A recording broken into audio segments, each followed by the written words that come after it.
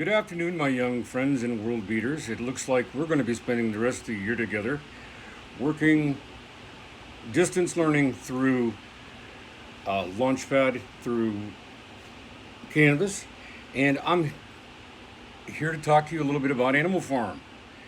And I hope that you guys have been reading it because that's the big work for the last 9 weeks, right?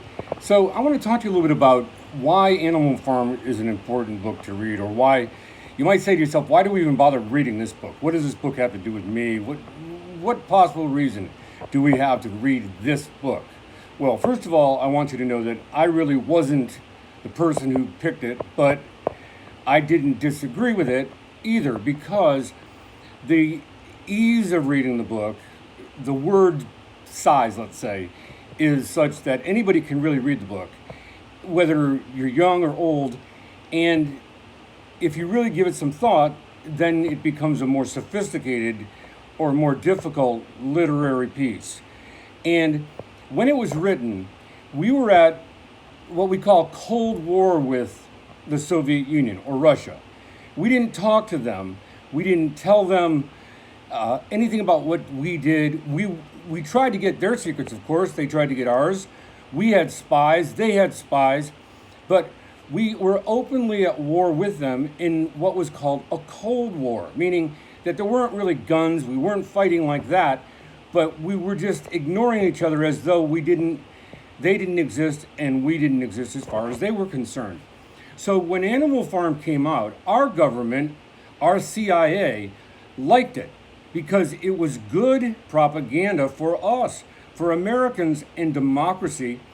It helped people here in this country realize how good we have things.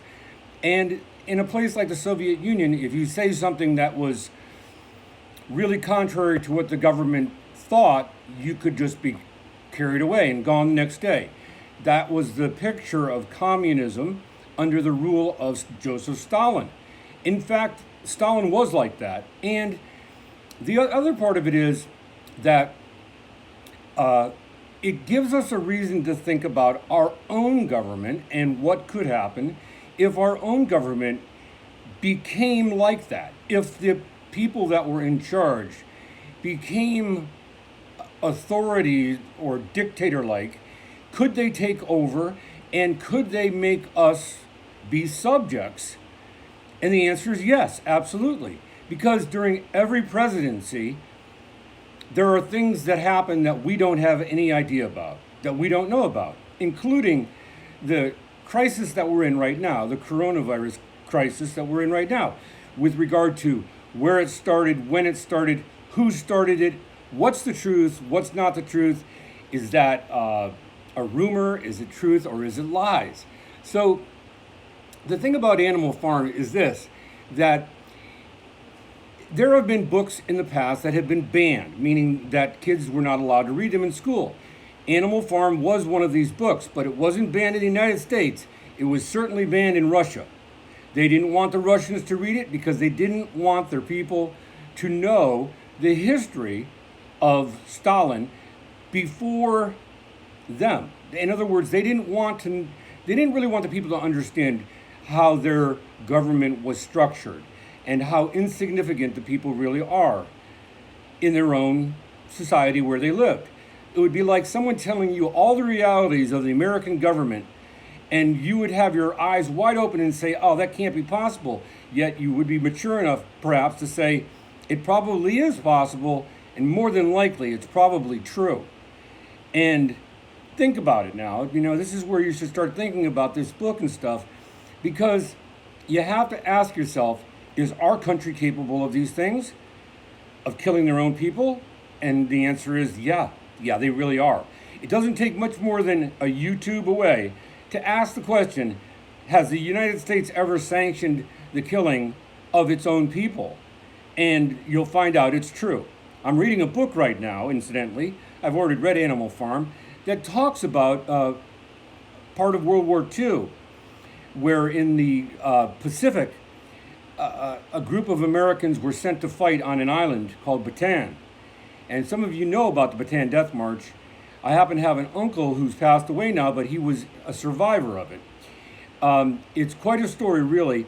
but it shows you that American soldiers were put in harm's way and they were never really going to get reinforcements or backups. They were sent basically on a mission to die, and they were never going to come back. And the United States government never intended to send help.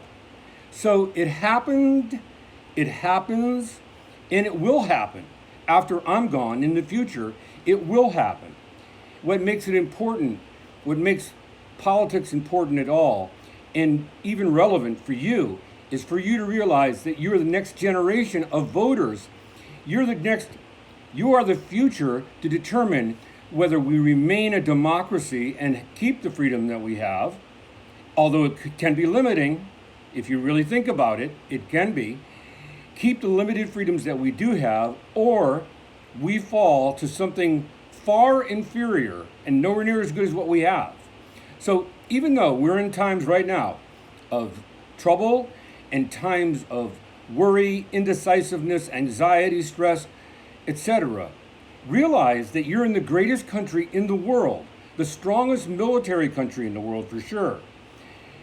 What was one of the greatest economies in the world, still one of the safest places in the world to live, and undoubtedly with some of the most freedoms that exist in the world, where you can say something and not actually have to worry about having your head chopped off tonight.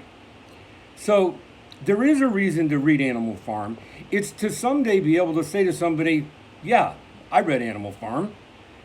And you can cross it off of one of the required reading books to be an American citizen. Essentially, having read Animal Farm brings you one step closer to reading another book, or a book that is considered to be required high school reading.